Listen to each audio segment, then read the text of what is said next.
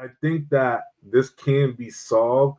However, we need a national, cultural shift.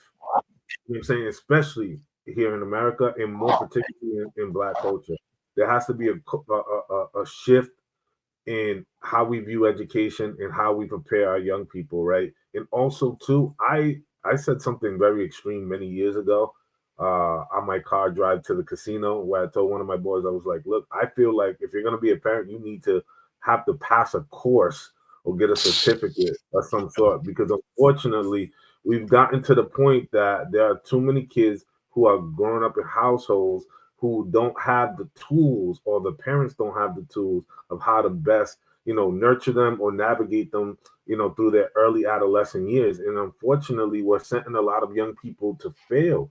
They're already failing before they even gotten out here with the rest of us in the real world. And sort of that becomes a huge problem. And sort of, if we have to have a financial investment behind a lot of these young kids, right? From a tax perspective, then there has to be a larger voice to kind of change the culture at large, and how we view, families, and how we view parenting. Obviously, we live in a capitalist society. We understand that the old money dollar is very powerful, et cetera, et cetera. But the way that we view community and the way we view family has to shift and change, because unfortunately, two people who work full time and make good money does not equate to better outcomes as far as your children. Yes, you can give them the money for them to school and stuff, but they need the love and the attention and all the other things that come with it in order to ensure their possibility of thriving and succeeding. And I don't know what that model looks like. I think there's a larger table conversation to be had about what that looks like.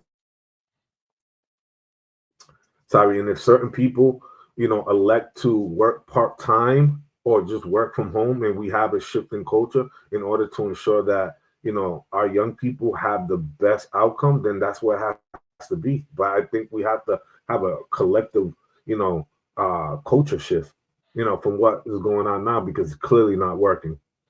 Okay, we're gonna go to Viz and then go to Clout, but I think Luis is on to some, and I think Will spoke on it too about making it a priority. So we don't really know what we can do and can't do unless we make it a priority. And just think about the things that people do make happen. Like people, they want that car, they make sure they get it.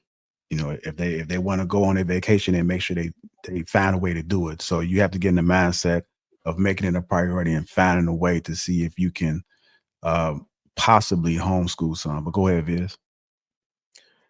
Yeah, to that point, we have to make that a thing in our culture. It's not a thing in our culture to be smart, to read books, to hone in expanding yourself in the academic field, or just even in the basics of just understanding life and responsibilities. uh and to Will's point of closing more schools, Rahm Emanuel, he did that in Chicago, and that was probably the worst thing that could have happened to I Chicago. mean, Hold on, I probably said, go ahead, let them finish. and and I say that oh my because, bad. just as Shan just spoke on, now you have more unruly children to cause a distraction, on top of Chicago being a gang city. So now you have two gangs, or two cliques that don't that's already beefing, and now they weren't going to school together, and now they are going to school together. So doing that, I think, was a huge disservice for the Chicago Black community, and it was really just a cash grab, in my opinion, because right after he did it, he got up out of there. So I think that that's probably the worst thing that we can do in the Black culture, or in poor communities. All right, go ahead, Clout. Well, can I respond to that real quick before Cloud go? Yeah, do that. Yeah, only if Clout. Yeah, go I, ahead. I understand what you're saying, Viz. And like Lewis said, first, before you do something that drastic, there will have to be a culture shift, right? It has to be done in phases. We couldn't just implement something like that. Say, hey, this is a great idea. Let's close these schools, because that'd be catastrophic. But when you put elements in place to develop a culture shift, then you can move to something like that. So I pretty much agree with what I was going to say. Is pretty much what Will just said, right? It's all about a culture shift. It seems as though all of the problems that we're trying to solve with DEI and all of the problems that we are constantly appealing to the government to solve can be solved by proper parenting, from when it comes down to poverty, from when it comes down to discrepancies in education, when it comes down to discrepancies in income.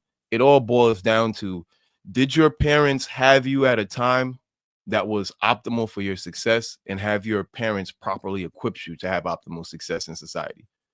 If those two things aren't the case, then we can't expect these programs to fix it, because it can't fix it. The fundamental problem is happening in the home. So really, if anything, that money should be going to, all that energy that's going to DEI should be really going to something towards what Luis was saying, which is there should be more information on parenting, child rearing, more information on self-education, just more information out there so people can equip themselves. And to segue that more into DEI, I feel like that's part of the problem with DEI also, is that it's supposed to solve these problems that should be dealt with at home, such as, like, I forget who it was that mentioned they create prayer rooms for Muslim children. Well, the only reason you need prayer rooms for Muslim children is because, for whatever reason, those Muslim communities didn't develop a school to send their kids to for higher education.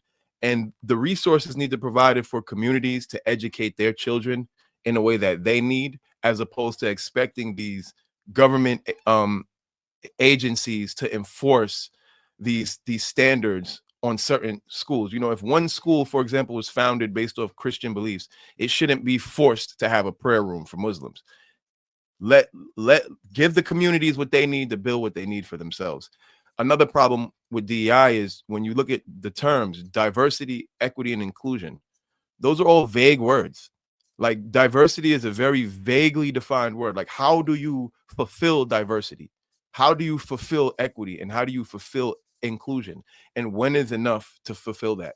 So it's like, to me, it seems like all of these programs are really just there to extort businesses and kind of force them to either pay fines or force them to pay to do things in their business to solve problems that they can't solve to begin with. What? All right, go ahead, Cookie.